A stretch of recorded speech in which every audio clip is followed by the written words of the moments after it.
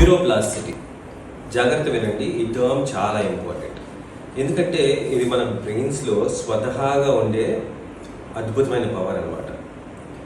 ఏ రకమైన ఇన్సల్ట్ బ్రెయిన్కి ఏమైనా జరిగితే కనుక మోస్ట్ కామన్లీ స్ట్రోక్ లాగా చూస్తాం, యాక్సిడెంట్స్, లేకపోతే చిన్నపిల్లలు పుట్టే టైంలో లో గ్లూకోజ్ కానీ ఆక్సిజన్ డిప్రైవేషన్, ఇలాంటి కండిషన్స్ వల్ల బ్రెయిన్ డ్యామేజ్ చాలా ఎక్కువగా జరుగుతుంది. కానీ బ్రెయిన్ రిపేర్ అవుతుంది, ఆ పవర్ మనలో ఉంటుంది. చిన్నపిల్లల్లో అయితే చాలా అధికంగా ఉంటుంది, పెద్దలు లేకపోతే తగ్గిపోతుంది. సో ఈ పవర్ని ఉపయోగించుకోవాలంటే థెరపీస్ వాడాలి. రిపిటేషన్ థెరపీస్ లాంటివి, ఫోకస్ ట్రైనింగ్ లాంటివి వాడాలి. సో ఇది మనం కలిసి సాధించవచ్చు.